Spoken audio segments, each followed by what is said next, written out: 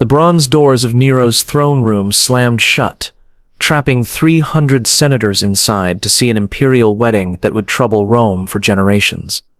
June 67 AD, the Palatine throne room. Silk whispered against marble as senators moved in their seats. Their breathing was shallow and quick. The air smelled of incense and fear. At the altar, Emperor Nero stood in full bridal clothes, the flame-colored veil of a Roman bride hanging across his shoulders. But all eyes were fixed on the veiled figure beside him, smaller, delicate, moving with practiced grace. The figure's hand shook as Nero lifted the wedding veil. Gasps echoed off the marble walls. Senator Thracea's wine cup clattered to the floor. Before them stood not a bride but a changed boy. Sporus altered and shaped to bring back Nero's dead wife. The emperor's voice rang out across the shocked crowd. "Behold, senators of Rome, my beloved Poppaea has returned to me. You've heard whispers of Nero's madness, but how does absolute power turn into complete insanity? Why would Rome's emperor change a young man to bring his dead wife back to life? To understand how we got here, we must go back 2 years, back to the night everything changed, back to when Nero's fist hit Poppaea's pregnant belly for the last time. The doctor's hands shook as he confirmed what everyone in the palace already knew. The empress was dead, and Nero had killed her. The marble floor still showed traces of blood. Slaves scrubbed desperately, but the stains had already set. In the corner of the bedroom, a broken wine jar lay in pieces. Its contents mixed with darker fluids across the floor. The summer night of 65 AD hung heavy with death and shock. Nero knelt beside the bed, his toga spotted with wine and worse, his knuckles split and swollen. "Get up," he whispered to the still body. "Stop this game." But Poppaea Sabina would never rise again. Her body lay twisted at an unnatural angle, her swollen belly. 8 months with child had taken the full force of the emperor's rage. Palace servants huddled in doorways. They'd heard the fight grow from the dining hall. Poppaea's voice cutting through the night. "You missed another racing event for your silly performance." Then the crash of furniture, the emperor's roar, the awful sounds that followed. Senator Petronius arrived within the hour. His face went pale at the scene. "Divine Augustus," he breathed. "What have you done?" Nero's eyes burned with something beyond madness. "She angered me. She knew I hate criticism of my art." His voice broke. "She knows I hate it." The doctor worked silently. His examination confirmed what everyone feared. The child was dead too, killed by the same violence that killed its mother. But that was before the screaming started. Nero's wail split the night. He threw himself across Poppaea's body. "No, you can't leave me." His fists hit the mattress. "I forbid it. I am emperor. I forbid you to die." Guards shared terrified looks. They'd seen Nero's rages before, but this was different. This was a mind splitting from reality. By dawn, word spread through the palace like plague. Whispers in the corridors, hushed conversations behind closed doors. The empress was dead. The emperor had killed her, and something in Nero had shattered beyond repair. The funeral preparations began immediately, but Nero refused to let them take the body. For 3 days he remained locked in the chamber with Poppaea's corpse. Servants delivered food that went untouched. They heard him talking to her, singing to her, begging her to wake up. When they finally convinced him to emerge, his appearance shocked even hardened politicians. His hair hung wild, his eyes red-rimmed and unfocused. But most disturbing was his smile. "She's not really gone," he told the gathered senators. "Poppaea could never truly leave me." The state funeral proceeded with all the pomp Rome could muster. But throughout the ceremony, Nero kept turning to empty space beside him, whispering to air, reaching for a hand that wasn't there. What happened next defied every Roman law. Instead of cremation, the Roman way, Nero ordered Poppaea's body embalmed like an Egyptian queen. He filled her veins with precious spices, wrapped her in Syrian silk. She always admired Eastern customs, he explained to horrified priests. She'll appreciate this. The Senate watched in stunned silence as their emperor descended into grief-fueled madness. But none dared speak. They'd seen what happened to those who criticized Nero. Senator Thrasea muttered to his colleague, "He's lost to us now. Completely lost." In the weeks that followed, Nero's behavior grew more erratic. He commissioned hundreds of statues of Poppaea, placed them throughout the palace. Servants reported finding him talking to them, sharing meals with bronze and marble. He ordered her clothes kept exactly as she left them, her cosmetics untouched, her chambers preserved like a shrine. "She visits me," he told his freedman Epaphroditus. "At night she forgives me. She understands it was an accident." The freedman nodded, eyes carefully blank. What else could he do? The senators had no idea what was coming. Nero began searching for her in other women. He'd call companions to the palace, dress them in Poppaea's clothes, but it never worked. "The eyes are wrong," he'd rage. "The voice is wrong. Everything is wrong." These women would flee the palace in tears, the lucky ones. Then came the dreams. Nero would wake screaming, "She's angry. She wants to come back." He consulted mystics, fortune-tellers, anyone who claimed to speak with the dead. They all told him what he wanted to hear. "Yes, divine emperor, the empress wishes to return. She merely needs a vessel." The court physician Xenophon tried to reason with him. "Grief is natural, Caesar, but the dead cannot return." Nero's response chilled the room. "Cannot? I am Nero. I am emperor. I am a god. If I say the dead return, then they return." His obsession consumed him. He neglected state duties, missed Senate meetings, spent hours staring at Poppaea's death mask, tracing its features with trembling fingers. "I'll find you," he whispered. "I'll bring you back. I swear it on my divine blood." The transformation was complete. The emperor who killed his wife in rage now lived only to resurrect her. Palace staff learned to play along, to nod when he spoke of her return, to agree when he said she was merely traveling. Survival depended on feeding his delusion. Senator Seneca, once Nero's tutor, observed the decline with horror. "He's crossed from grief into something else," he wrote in a private letter. "Something Rome has never seen, a madness that believes itself divine." But Nero's search had only begun. His agents scoured the empire, looking for someone. The parameters were specific: young, beautiful, delicate features, and most important, a face that could be molded. Because in Nero's mind, Poppaea wasn't truly gone. She was simply waiting to be reborn. The young page froze as Nero's fingers traced his jawline, whispering a dead woman's name. Spring of 66 AD. The palace corridors echoed with preparations for another of Nero's elaborate banquets. Slaves rushed past, carrying a tray of wine. Musicians tuned their instruments. And in the midst of this chaos, a new face appeared among the pages serving at court. Sporus, perhaps 15 years old, maybe 16. Records conflict. What they agree on was his beauty. Delicate features that seemed carved by the gods themselves. Skin smooth as marble, eyes that caught the light like polished amber. He'd arrived from the Greek provinces just weeks before. Another pretty boy for the imperial household. Rome had seen hundreds like him, but Nero saw something else entirely.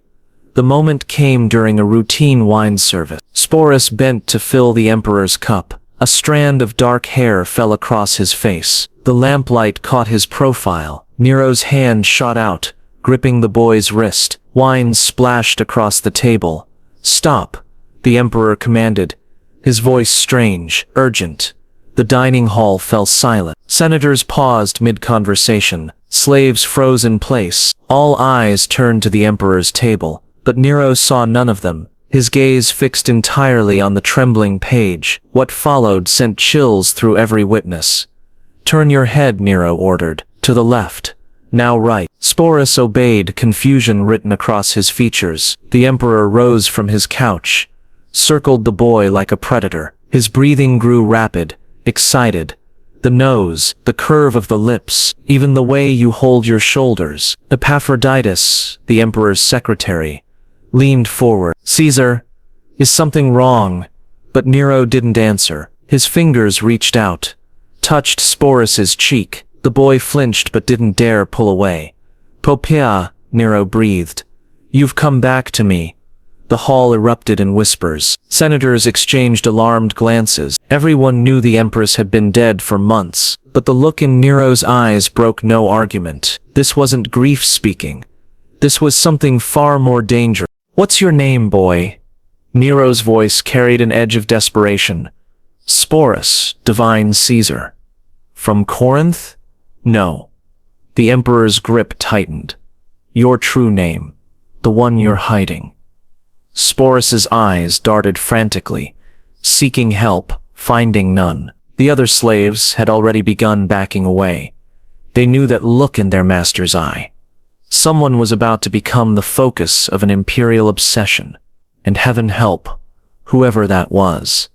The resemblance alone wasn't enough for Nero.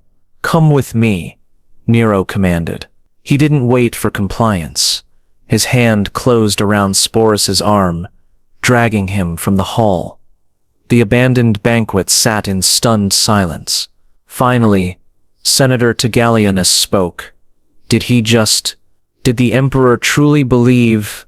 "Quiet," Petronius hissed, "unless you want to join the boy in whatever comes next." In Nero's private chambers, the examination continued. He made Sporus walk, stand, turn, speak. Each movement seemed to excite the Emperor more. "The gods are mocking me," he muttered, "sending her back in this form, testing my power." Sporus tried to protest. "Caesar, I don't understand. I'm just a page. I serve wine.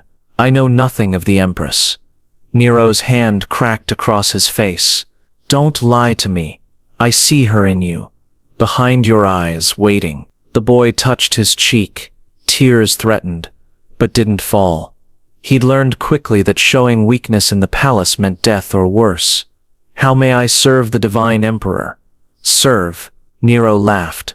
The sound had no humor in it. "You'll do more than serve. You'll become—" He called for his chamberlain. "Bring my physicians. The best surgeons.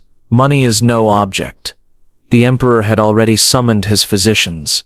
Word of Nero's discovery spread through the palace like wildfire. Within hours, every servant knew the Emperor had found a boy who looked like his dead wife, and he was planning something unprecedented, something that violated every law of nature and man.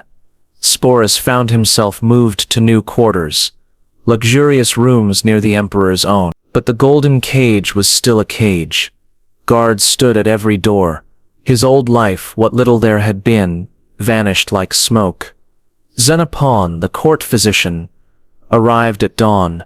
His medical implements clinked in their case. Behind him, 3 specialists from Alexandria, masters of the surgical arts, their faces carefully neutral as Nero explained his requirements. He must be perfect, the Emperor insisted. Every detail, every curve. The gods sent him to me, incomplete. You will finish their work. The physicians exchanged glances. What Nero demanded, pushed beyond medicine, into madness. But refusing meant death. "We'll need to examine the subject," Xenophon said carefully. "Determine what's possible."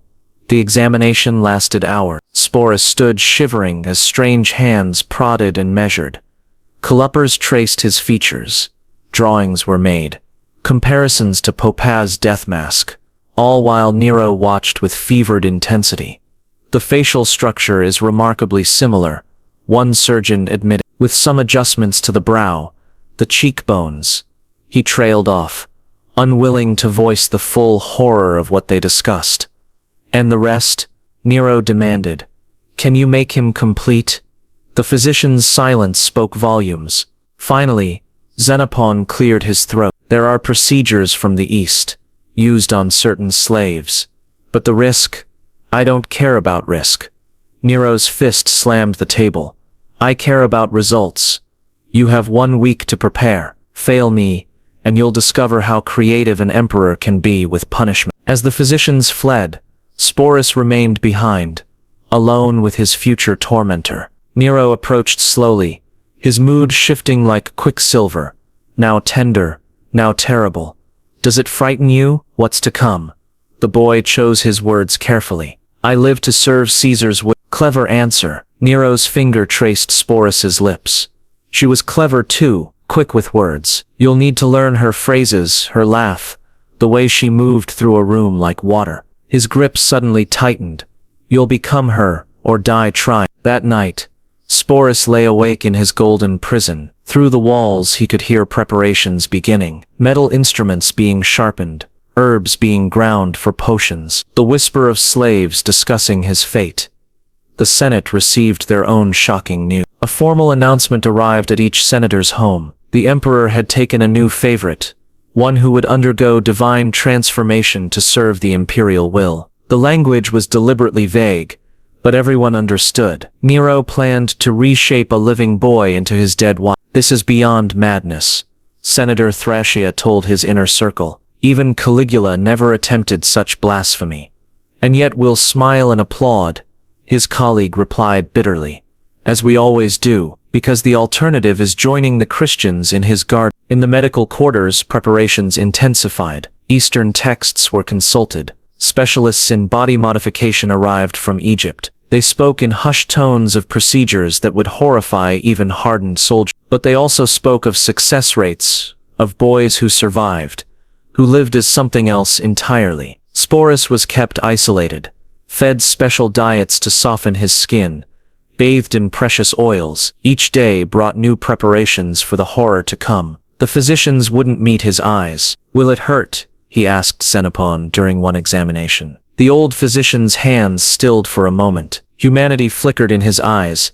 "Everything hurts, boy. The question is whether you'll survive to forget the pain." But survival wasn't the only concern. Nero visited daily, bringing gifts: Poppia's jewelry, her clothes, her perfumes. He'd make Sporus wear them, walk in them, practice her gestures in the mirror. "You're learning," he'd say with sick satisfaction. "Soon you'll be perfect." The final night before the procedures, Sporus managed to send a message to his family in Corinth. A few scratched words on papyrus. "Forget you had a son. He dies tomorrow." Because he understood now what Nero intended. Not just transformation, but complete erasure. Within hours, Sporus would learn the true price of looking like a dead empress. The surgeon's bronze instruments gleamed in the lamplight as Sporus was led to the medical chamber. Dawn had not yet broken over Rome. The palace medical wings stood separate from the main buildings, isolated, soundproofed with thick walls and heavy doors for good reason. What happened here was never meant for public knowledge. Sporus walked between two guards, his legs barely supporting him. They'd given him wine mixed with poppy tears, enough to dull the edge of terror, not enough to spare him awareness. Nero wanted him conscious, wanted him to understand the gift he was receiving. The chamber itself defied description. Tables of polished wood, leather straps worn smooth from use, bronze instruments arranged with surgical precision, tools designed to reshape nature itself. And in the corner, a brazier glowing with heated iron. Xenophon waited with his team, 4 surgeons from Alexandria, 2 specialists from the Persian courts, men who'd perfected their craft on countless subjects, who knew how to alter flesh like sculptors, worked marble. Their faces showed neither sympathy nor cruelty, only professional focus. The emperor himself supervised every detail. "Begin," Nero commanded from his observation throne. He'd had it specially installed, high enough to see everything, close enough to hear every sound. His eyes glittered with anticipation. Make him perfect. They positioned Sporus on the table. The leather straps secured his limbs. A wooden bit went between his teeth. "For your own protection," Xenophon murmured. "So you don't bite through your tongue." The procedures began with facial adjustments. Bronze tools worked with practiced ease. The surgeons reshaped with disturbing confidence. The bridge of the nose needed narrowing. The cheekbones required elevation. Each modification brought Sporus closer to Poppia's image and further from himself. Hours passed in a haze of medical precision. The surgeons worked in shifts. When one tired, another took his place. They reshaped his brow line, adjusted the angle of his jaw, all while Nero watched with rapt attention. "The eyes," he called out. Papia's eyes tilted slightly upward at the corners. "Fix that. More work, more alterations." Sporus endured in forced silence, but still they worked, methodical, relentless, transforming living flesh into memory. The worst was yet to come. "Now for the primary procedure," Xenophon announced. His voice carried a weight of reluctance. Even these hardened professionals understood they crossed into blasphemy. But Nero's eager nod brooked no hesitation. What followed pushed the boundaries of ancient medicine. The complete alteration of Sporus's physical form, not crude methods, but precise work, reshaping the very core of his physical identity. The procedures were extensive and traumatic, but physical transformation was only phase 1. "Careful with the blood loss," one surgeon muttered. They worked frantically to ensure survival, to prevent the shock that claimed so many subjects. Sporus's body convulsed against the restraints. But he lived. Somehow he lived. Nero descended from his throne, approached the table where his creation lay in agony. His fingers traced the fresh alterations with something approaching tenderness. "You're becoming beautiful," he whispered. "Becoming her." The procedures continued for days, not continuously. Even Nero understood the body needed time to heal between sessions, but each return to the table brought new modifications. The surgeons sculpted Sporus like clay, creating feminine curves where none existed. Between sessions, Sporus lay in a specially prepared recovery chamber, fed broths and medicines to prevent infection. The pain never stopped. It simply moved from unbearable to merely agonizing. Slaves tended his wounds with hollow eyes. They'd seen others undergo transformation. Few survived intact. "Will I die?" Sporus asked one elderly woman changing his bandages. She paused in her work. "Death would be a mercy, child. You're becoming something else. Something that exists only in the Emperor's madness." Nero had already commissioned the wedding garments. The Emperor visited during every recovery period. He'd sit beside the bed holding Sporus's hand, speaking to him as if he were Papia. "Remember our first meeting? You wore that Syrian silk that caught the light. You laughed when I complimented it." Sporus learned to nod, to smile through pain. Survival meant playing this demented game. Word of the transformation spread through Rome despite efforts at secrecy. Senators spoke in hushed tones of the boy being reshaped in the palace depths. Some called it sorcery, others divine madness. All agreed it was blasphemy of the highest order. "He's trying to cheat death itself," Senator Petronius observed. "To drag his wife back from the underworld through flesh and surgical knife." But none dared intervene. They'd learned the price of opposing Nero's desires. Better to let one boy suffer than risk their entire family. As weeks passed, the changes became dramatic. The harsh angles of masculinity softened. The facial structure refined into delicate beauty. Herbs and treatments lightened his skin to Papia's remembered pallor. Each day brought him closer to the impossible, a living ghost of the dead emperor. The psychological torture paralleled the physical. Nero insisted Sporus learn Papia's mannerisms. Her walk, her laugh, the way she held a wine cup, hours of practice before mirrors. The emperor correcting every imperfection with increasing obsession. The boy who was Sporus faded with each lesson. "No, no," Nero would rage. She tilted her head when amused. "Like this. Watch me. Learn." And Sporus learned. What choice did he have? His body had been carved into someone else's image. Now his mind must follow. He studied Papia's favorite poems, memorized her opinions on art and music, learned to speak in her cadences. The final surgery approached, the one that would complete the facial transformation. Adjustments to lips and eyes that would erase the last traces of who Sporus had been. The surgeons sharpened their instruments with grim determination. After this, Xenophon told his assistants, "There's no return. He'll be locked in that form forever.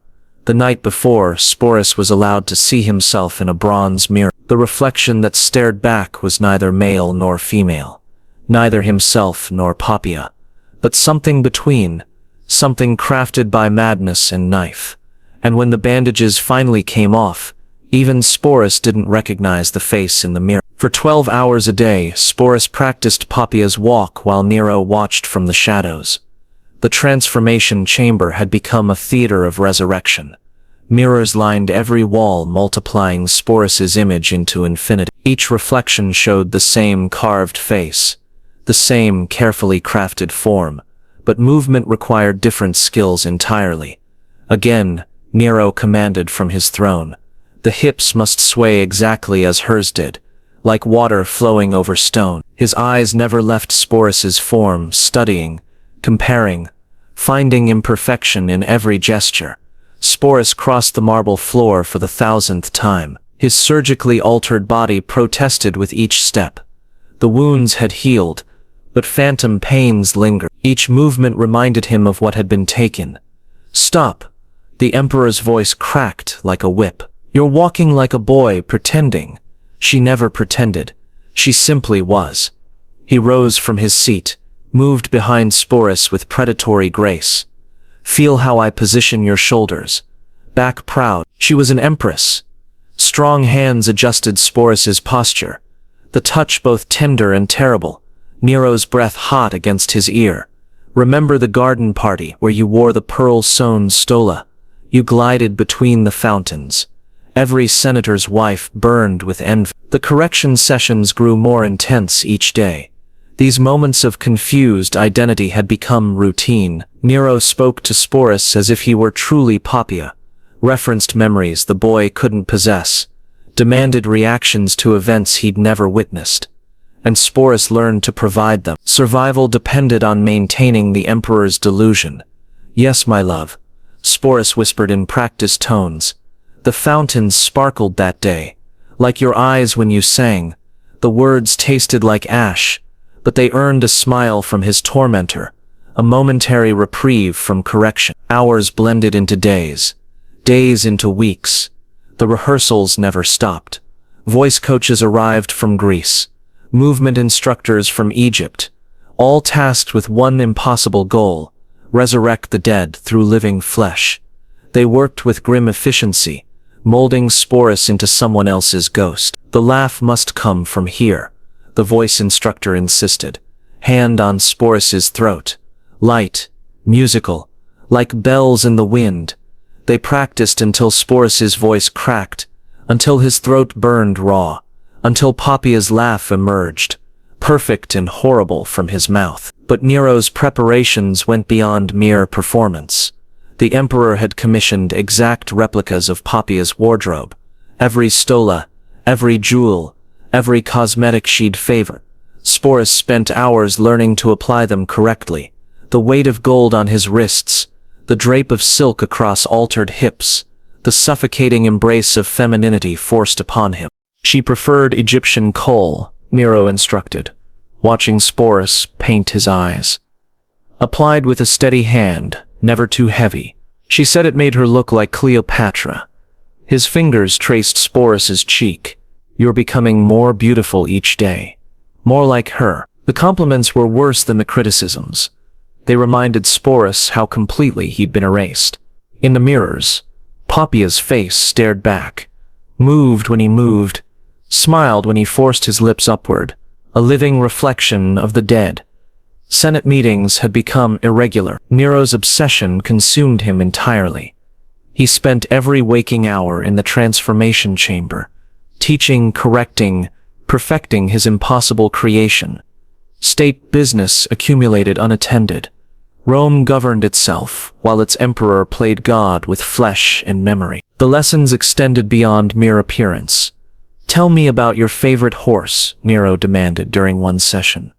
"The Arabian mare I gifted you for our anniversary." Sporus had learned to navigate these tests. Poppia's servants had been thoroughly questioned, her preferences documented, her opinions recorded. He drew on this knowledge like an actor learning lines. "Starlight," he responded smoothly. She had a white blaze down her nose. I fed her honey cakes. Yes, Nero's face lit with sick joy. You remember. You're coming back to me fully now. He pulled Sporus into an embrace that made the boy's skin crawl. Soon we'll ride together again, just like before. The physical memorization went deeper. Poppaea had a specific way of holding wine cups, of reclining at banquets, of touching her hair when thinking. Each gesture had to be perfect, natural, unconscious. Sporus practiced until muscle memory overrode thought. She's in there, Nero would murmur during these sessions. I see her more clearly each day, fighting through, returning to me. His delusion had become complete. He no longer saw Sporus at all, only the ghost he'd carved from living flesh. The Senate received their summons at dawn. One morning, as Sporus practiced Poppaea's morning prayers, a messenger arrived. The emperor barely glanced at the sealed scroll. What is it? The Parthians threaten war. Caesar. The Senate requests your immediate attention. Tell them to handle it. Nero's eyes never left Sporus. I have more important matters. The Empress is nearly ready for her return. The messenger fled, understanding spreading across his features. The Emperor had gone completely mad. And worse, he intended to display that madness publicly. Word spread quickly through the palace, through the city. Nero planned something unprecedented. During a brief respite, Sporus encountered his own reflection without Nero present. For a moment he tried to find himself in those surgically perfected features, some trace of the boy from Corinth. But only Poppaea stared back. The transformation was complete, in all but name. Do you ever wonder, he asked the elderly slave tending him, if I'll forget who I was entirely? She paused in braiding his hair. Child, forgetting would be a mercy. It's remembering that will drive you mad, because tomorrow Rome would witness a resurrection. The final rehearsals took on a desperate quality. Nero demanded perfection in every breath, every blink, every unconscious gesture. He brought in senators who'd known Poppaea, made them watch Sporus move, speak, exist. Remarkable, Senator Otho breathed. He'd been Poppaea's first husband. If I didn't know better, you don't know better. Nero snarled. This is Poppaea, returned through divine will, my will. The threat in his voice was unmistakable. Agree or die. The senators nodded rapidly. Of course, Caesar. The resemblance is divine. They fled as soon as dismissed, spreading word of what they'd witnessed. The impossible made flesh through madness and obsession. As the final day approached, Sporus felt the last of his identity slipping away. He moved like Poppaea, spoke like Poppaea. Even his dreams had become hers.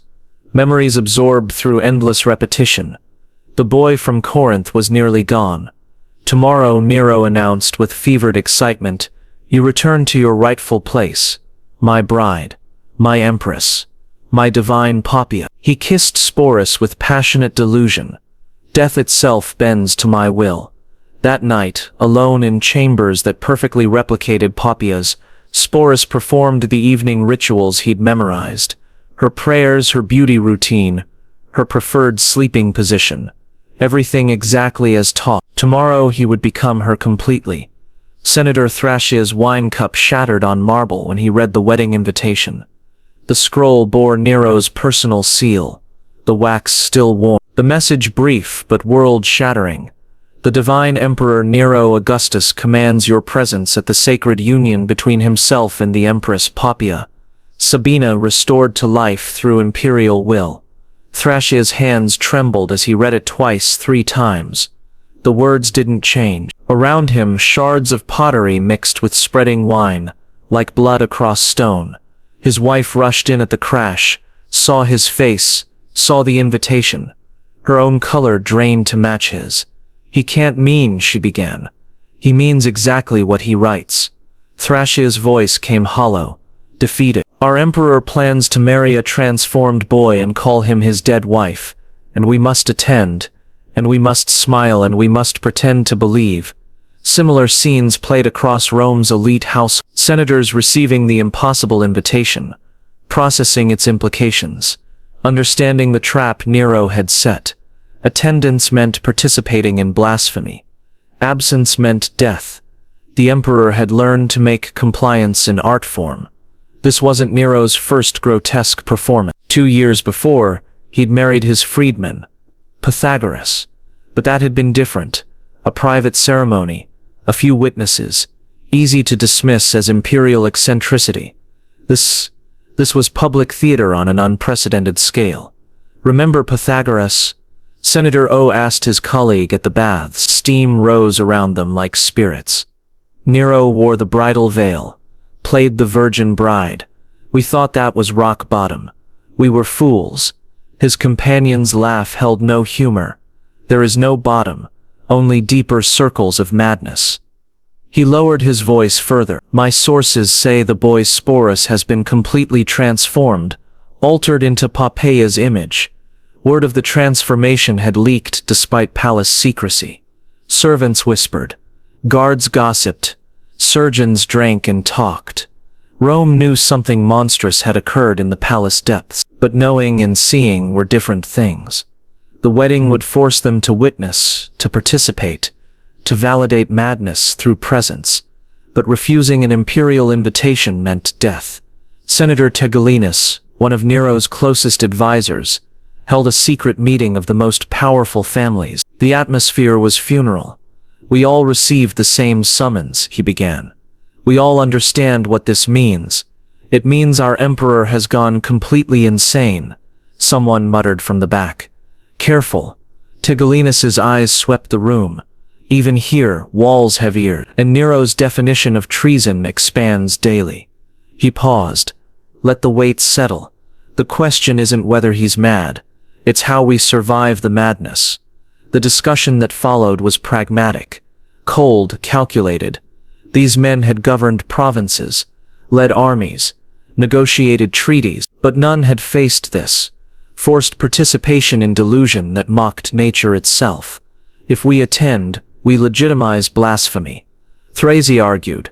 We tell Rome that death can be cheated, that the gods' laws mean nothing, that flesh can be carved into lie. And if we don't attend, Tigellinus countered, we die.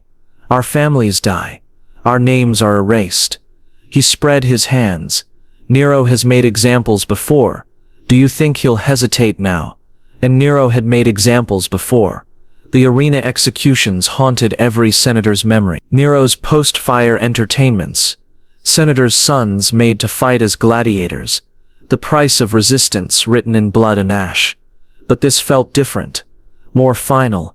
A line that once crossed could never be uncrossed. My nephew, one senator whispered, refused to applaud loudly enough at Nero's last performance. They found pieces of him in 7 different provinces. The room fell silent. Everyone had similar stories. Friends vanished. Relatives destroyed.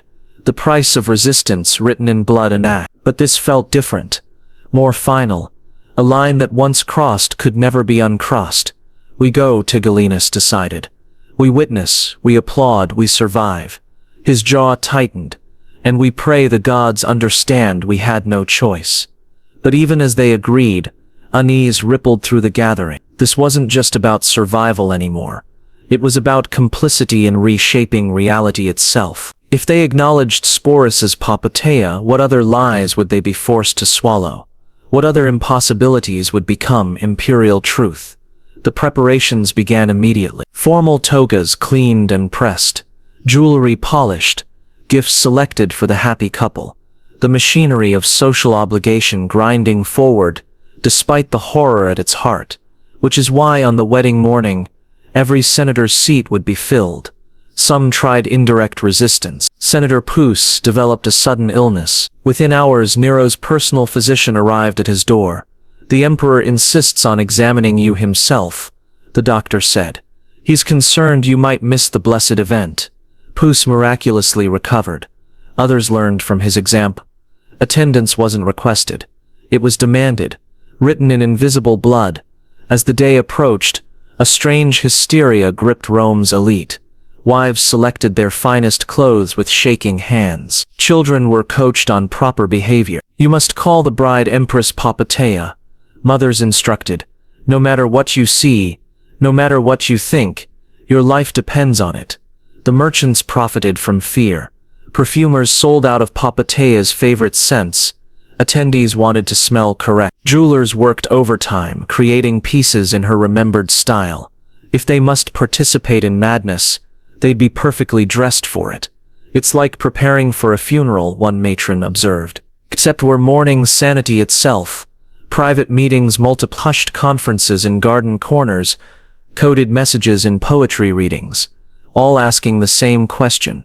How far would this go? If Nero can make them accept a carved boy as his dead wife, what couldn't he make them accept? Next he'll declare himself Jupiter. Someone joked bitterly. "Make us worship at his altar. Don't give him ideas." The response carried no humor, only exhausted resignation. They'd already bent so far. What was one more impossibility? The night before the wedding, Senator Thrasea made a decision. He gathered his household, explained what would happen, what they'd see, what they must do. "Tomorrow we enter a world where madness rules, where the dead live, where boys become empresses, but we will survive, we will endure, because Rome itself depends on witnesses, remembering the truth." His wife touched his hand. "And if we forget, if the lie becomes easier than memory?" Thrasea had no answer, only fear, because tomorrow, 300 of Rome's most powerful citizens would watch a god emperor marry his own delusion, and by their presence, make it real. This wasn't about justice or entertainment. It was about power, about showing Rome that their emperor could become anything, kill as anything, that identity itself was fluid in his hands. "Today I am Cerberus," he announced, wearing a three-headed dog mask, guardian of the underworld. "And you," he pointed at trembling prisoners, "are souls trying to escape." The mythology became reality in the arena. Nero didn't just portray beasts, he inhabited them, moved like them, thought like them, and expected everyone to see what he saw, believe what he believed. The line between performance and delusion dissolved completely. Some prisoners tried to fight back. One, a former gladiator, actually landed blows on the emperor. The crowd held its breath. Would Nero rage, call for execution? Instead he laughed, incorporated it into the performance. "See how the prey fights. Nature, red in tooth and claw." He seemed to feed on resistance, on authenticity, and his ultimate performance would require not victims but witnesses. The transformations went beyond costume. Nero began altering his behavior outside the arena. He prowled palace corridors on all fours, growled at servants, demanded raw meat at banquets. The beast performances bled into daily life. Senators learned to ignore their emperor crawling past during state meetings. "He's showing us something," Senator Rowe observed quietly, "that nothing is fixed, not identity, not dignity, not even humanity itself." He paused, "And if he can transform himself so completely," he didn't finish, didn't need to. They all understood, an emperor who could become a beast, could make anyone become anything. The guards led bound figures, men, women, even children. Their crimes were written on placards hung around their necks. "Christians, no." Someone breathed. But the word died quickly. Dangerous to show sympathy. Fatal to show resistance. The Christians were hauled to the posts, bound with the efficiency born of practice. They'd done this before, would do it again. Some prayed, others stared with defiant faith. A few wept. All understood what came next. "My dear guests," Nero announced, standing tall, "you've heard how these Christians burn with faith. Tonight we test that claim. Tonight they become light itself."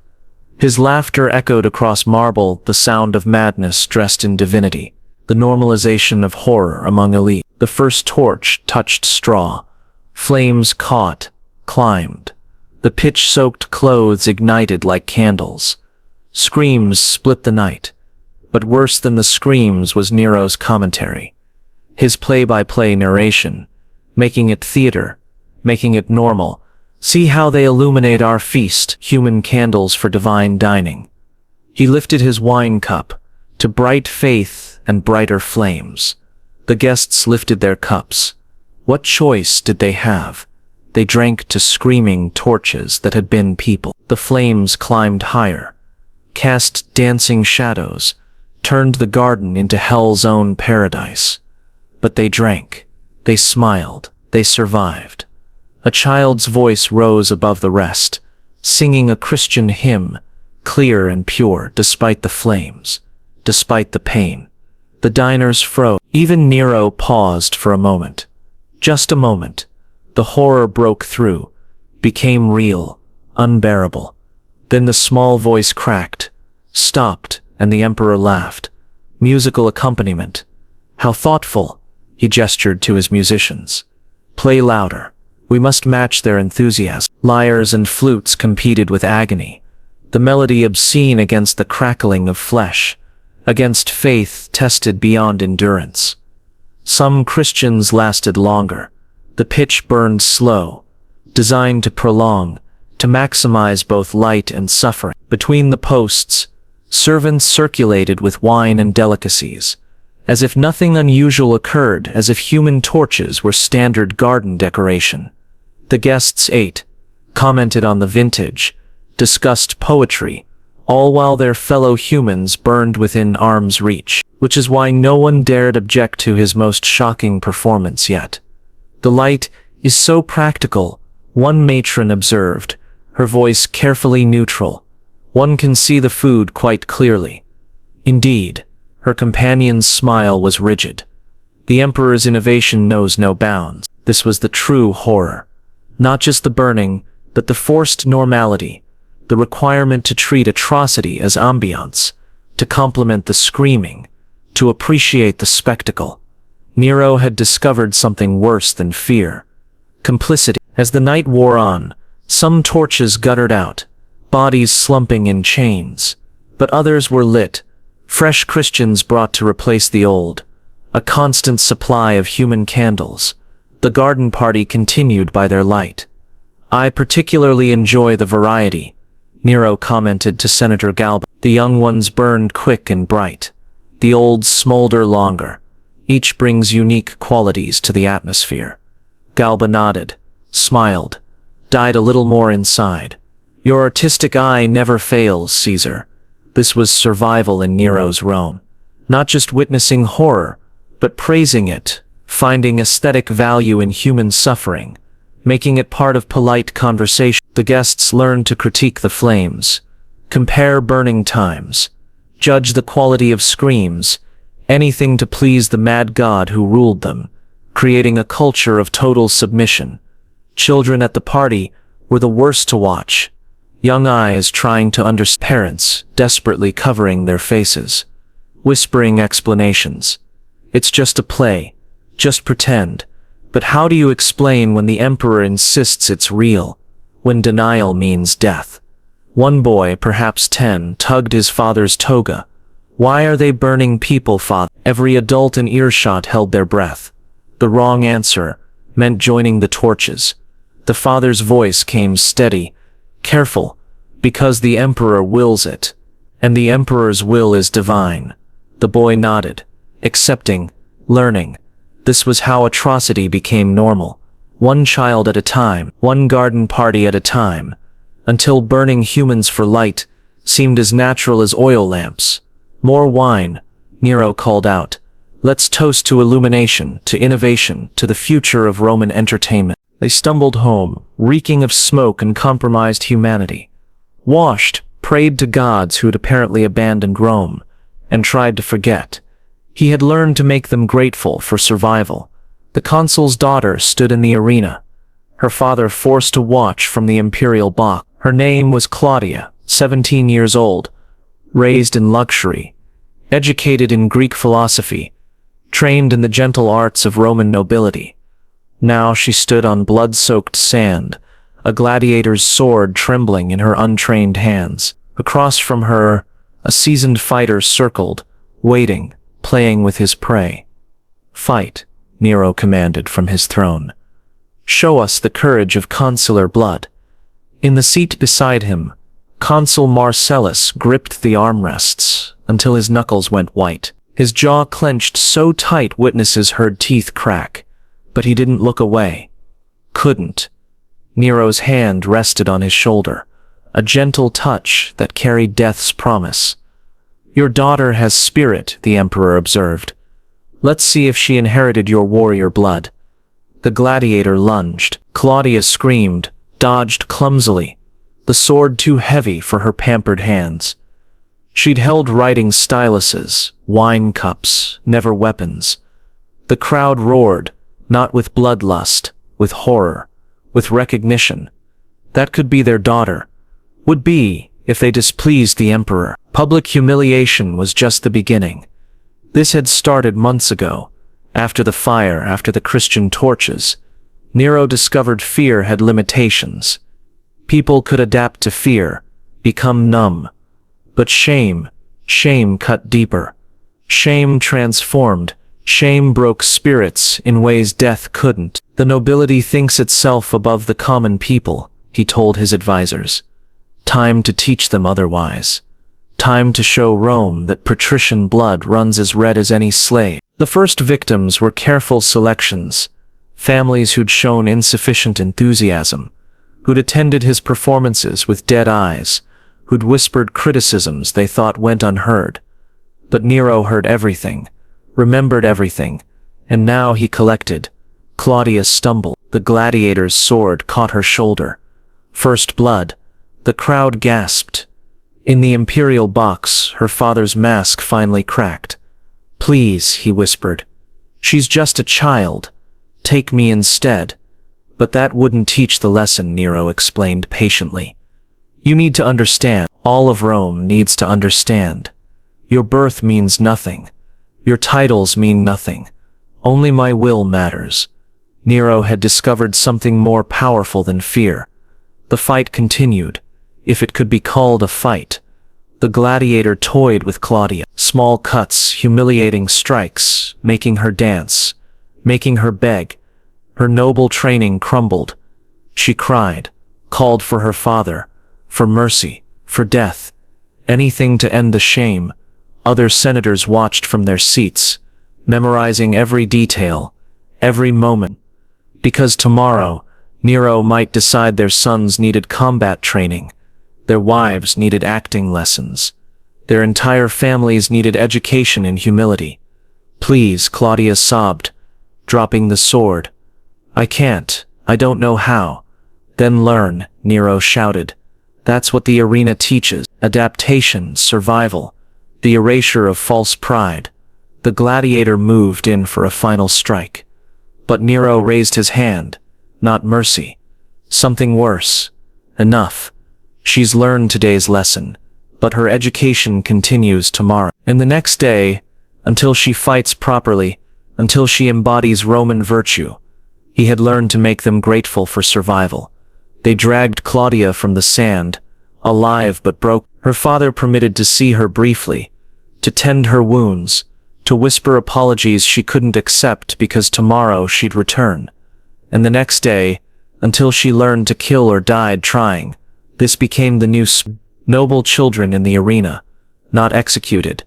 Educated, forced to fight, to perform, to abandon everything that made them elite. Some adapted, learned combat, survived through brutality. Others broke, died, went mad. All served Nero's purpose. "You see," he explained to gathered nobles, "birth is accident. But survival is choice, and I choose who survives." The systematic destruction of class boundaries accelerated. Senators' wives performed in theatrical productions. Not for pay, that would be too simple, made to act for the emperor's amusement, to convince audiences of their enthusiasm, to embody roles so completely observers couldn't tell performance from reality. Forced participation became common. "Your son has such a beautiful voice," Nero would comment casually. "I need him for next week's performance of The Rape of Lucretia. He'll play Lucretia." The father would nod, smile, thank the emperor for the honor, watch his son be costumed, instructed, transformed, watch him perform before cheering crowds and applaud. Always applaud because the alternative was the arena or the gardens or something worse. Noble daughters became palace decorations during banquets.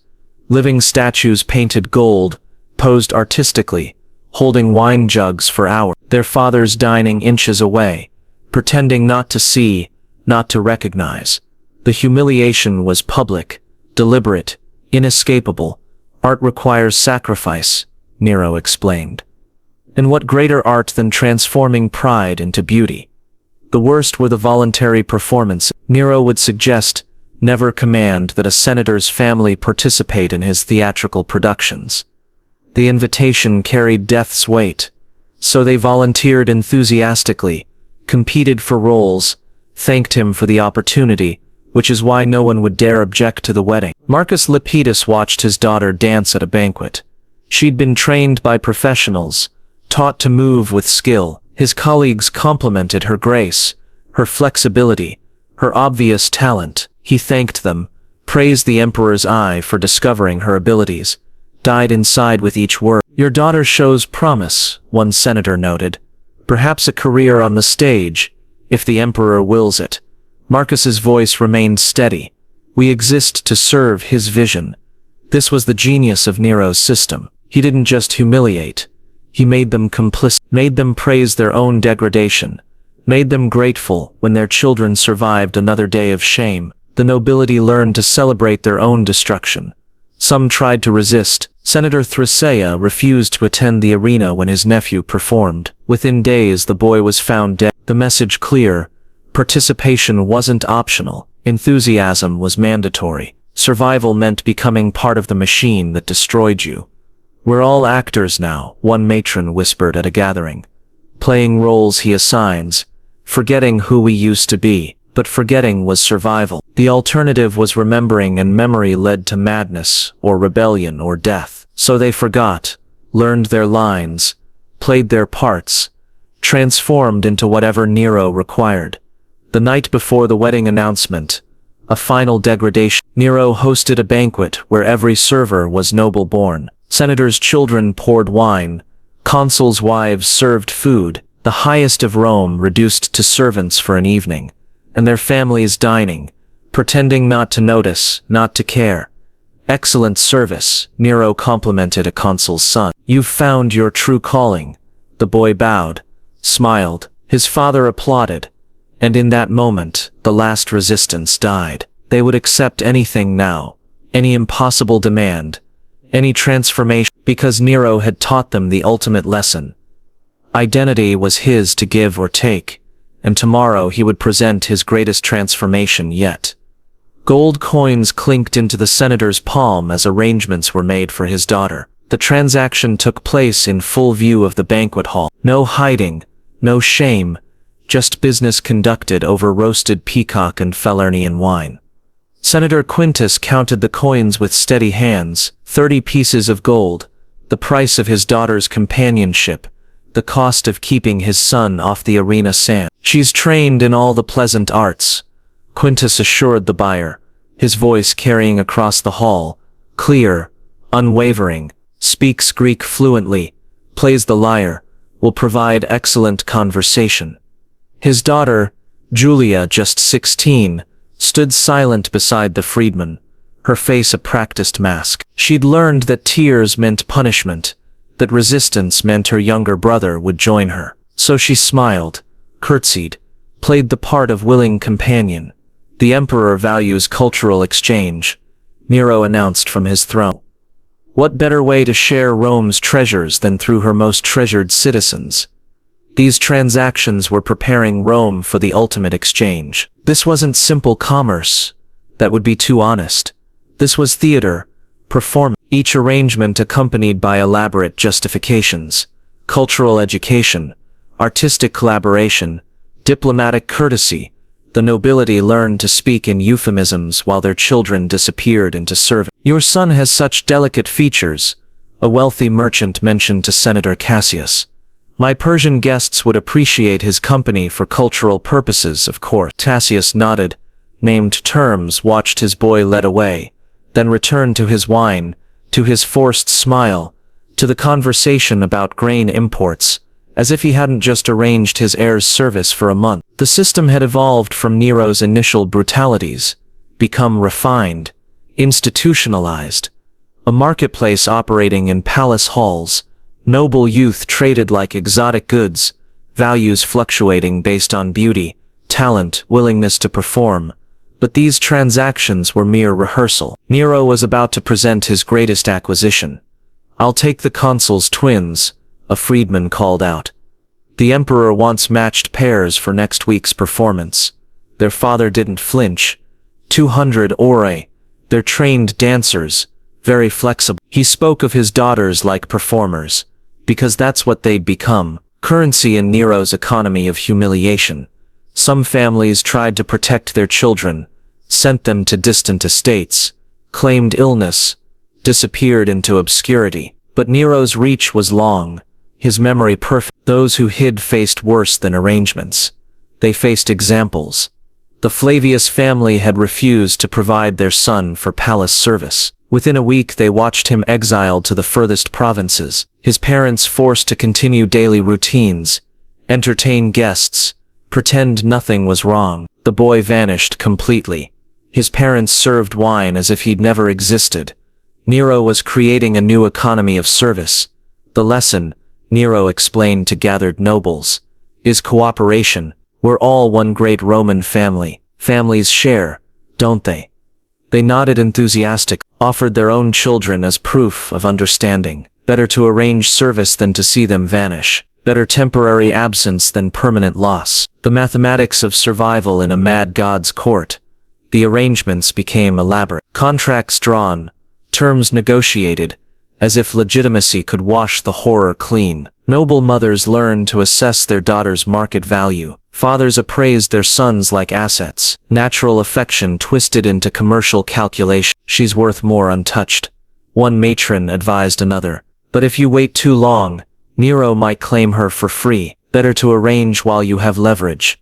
This was the deep poison. Not just the arrangements, but the strategizing, the optimization, making horror efficient, making parents into negotiators, through meticulous steps, each small compromise leading to the next, until arranging your child's service seemed reasonable, sensible, profitable. Tomorrow he would arrange something money couldn't buy.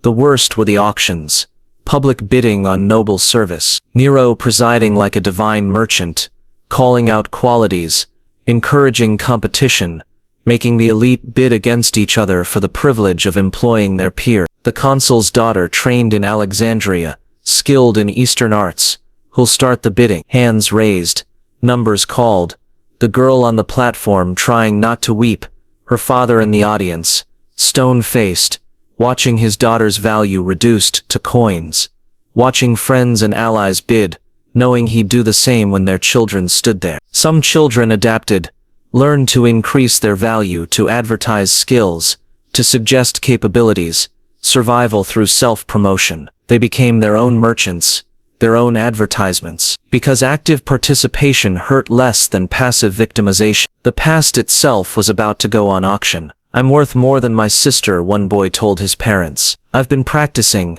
learning what they want. I can bring better prices, keep us safer." His mother wept. His father nodded, proud of his son's business acumen. This was victory in Nero's Rome. Children learning to market themselves better, parents grateful for valuable offspring. The foreign buyers were worst. Parthian princes, Egyptian merchants, men who took their acquisitions far from Rome, far from any hope of return. But the gold was good, and gold bought survival, bought another month of avoiding the arena, another season of keeping younger children safe. "Think of it as study abroad," one father told his daughter, as Persian traders examined her teeth. "You'll learn new languages, see new land." She nodded, smiled, let them check her health, negotiate her price, performed enthusiasm for exile, because the alternative was her little brother on the auction block. Or worse, the transactions were preparing Rome for the ultimate exchange. As the wedding approached, the marketplace reached fever pitch. Nero wanted funds for his ceremony, demanded contributions. The nobility paid in the only currency they had, lent their children service. The palace filled with temporary guests, young nobles serving specialized functions, living decorations for the great event. "I need attendants for the wedding," Nero announced. Pure Roman blood to honor my bride, who will donate to the celebration. They lined up to offer, to arrange, to sacrifice, because refusing meant exclusion, and exclusion meant death. Better to loan your daughter as wedding decoration than watch your family burn as garden torches. Senator Thracius watched the final auction before the wedding, his own nephew on the block, the boy he'd raised like a son, going to the highest bidder, a freedman known for specific requirements. But Thracius bid against him, drove the price higher, ensured his nephew's value. His service would at least be profitable. "Congratulations," Nero told him afterward. "You've learned to think like a Roman. Everything has value. Everything can be arranged." He paused, smiled. "Even the past. Even the dead. As you'll see at my wedding." The threat was clear. The promise evident.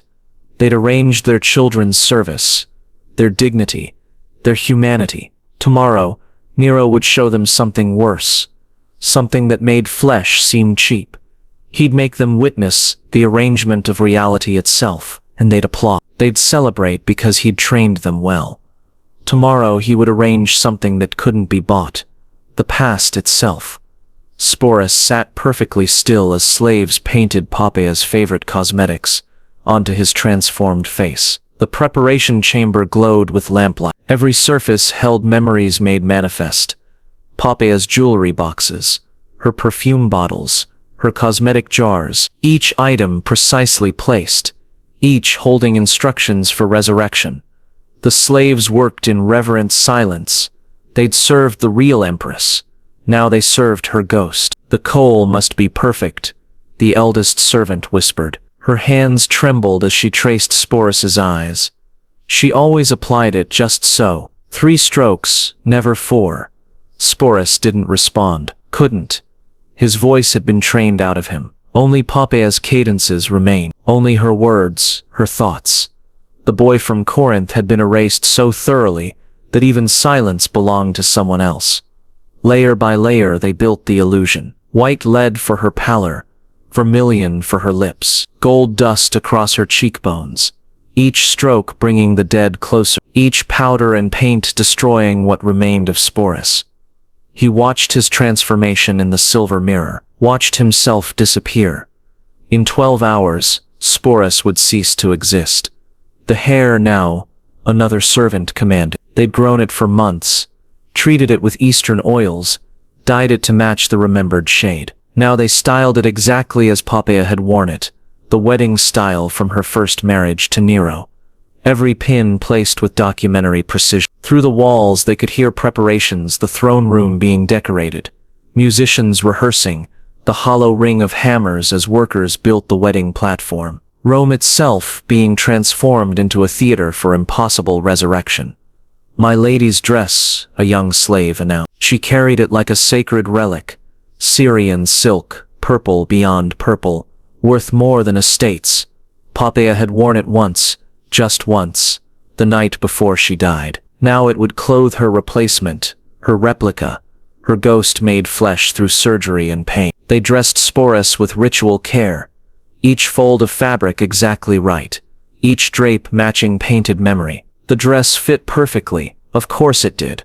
His body had been carved to match its measurements, flesh altered to fit cloth rather than cloth tailored to flesh. The bronze doors were already being polished.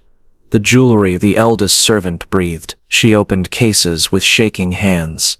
Emeralds from Egypt, pearls from the farthest seas, gold worked by master craftsmen, each piece carrying memory, each demanding perfect placement. "This necklace," she explained to the others. Though Sporus heard every word, she wore to the harvest festival, said it made her feel like Juno herself. Her voice cracked. "The emperor will expect to see it, will remember." They draped Sporus in the dead woman's treasure, each piece another chain, another weight. He'd learned to move as she moved, to bear the burden as she had, but knowing and feeling were different things. The gold was heavy, the emeralds cold, the pearls like tiny nooses around his throat. "Almost ready," someone whispered. Almost perfect, but perfection required more than appearance. Sporus had spent the morning in final rehearsals, Poppeia's favorite prayers, her manner of holding wine cups, the exact angle of her head when amused, details drilled until they became instinct, until performance replaced personality. Nero's manic anticipation reached new heights. "He's coming," a guard announced from the doorway. The emperor approaches. The servants scattered like frightened birds. Only the eldest remained. She studied Sporus with eyes that held grief and horror in equal measure. "Forgive us," she whispered. "We had no choice. None of us had a choice." Then she too fled, leaving Sporus alone with his reflection, with Poppeia's face staring back from silver. Perfect, impossible, a resurrection built from agony and artifice. The doors burst open. Nero entered like a force of nature.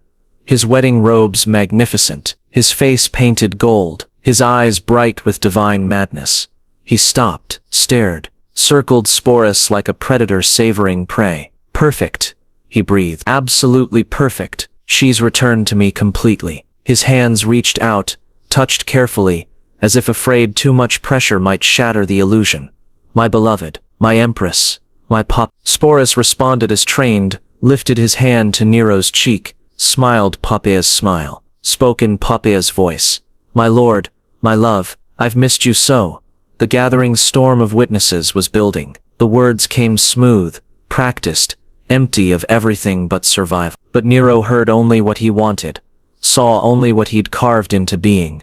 His dead wife, returned through will and knife and madness. "The senators have gathered," he said. "All of Rome waits to witness our reunion. Are you ready to show them divine power made manifest?" "I am ready for whatever my emperor commands." The response was perfect. Poppaea would have said exactly that, in exactly that tone, with exactly that tilt of head. "Then come." Nero took his hand, led him toward destiny. "Let's show Rome that death itself bows to Caesar's will." They walked through palace corridors lined with guards, with servants, with terrified nobility forced to witness. Each face a study in controlled horror. They saw Sporus, knew Sporus, but saw Poppaea too, the impossible made real, through imperial madness. "Extraordinary," Senator Otho muttered. He'd been Poppeia's first husband, had known her intimately. "If I didn't know better, you don't know better," Tigellinus corrected sharply. "That is the empress, returned through Caesar's divine power. Aren't you blessed to witness such a miracle?" "Of course, blessed, miraculous." Otho's voice went hollow. "The gods themselves must marvel." This was the final test, not just Sporus's performance, but Rome's. Could they pretend thoroughly and could they swallow impossibility with sufficient enthusiasm? Their lives depended on the answer. And when the bronze doors opened, Nero would show Rome that even death bent to his will.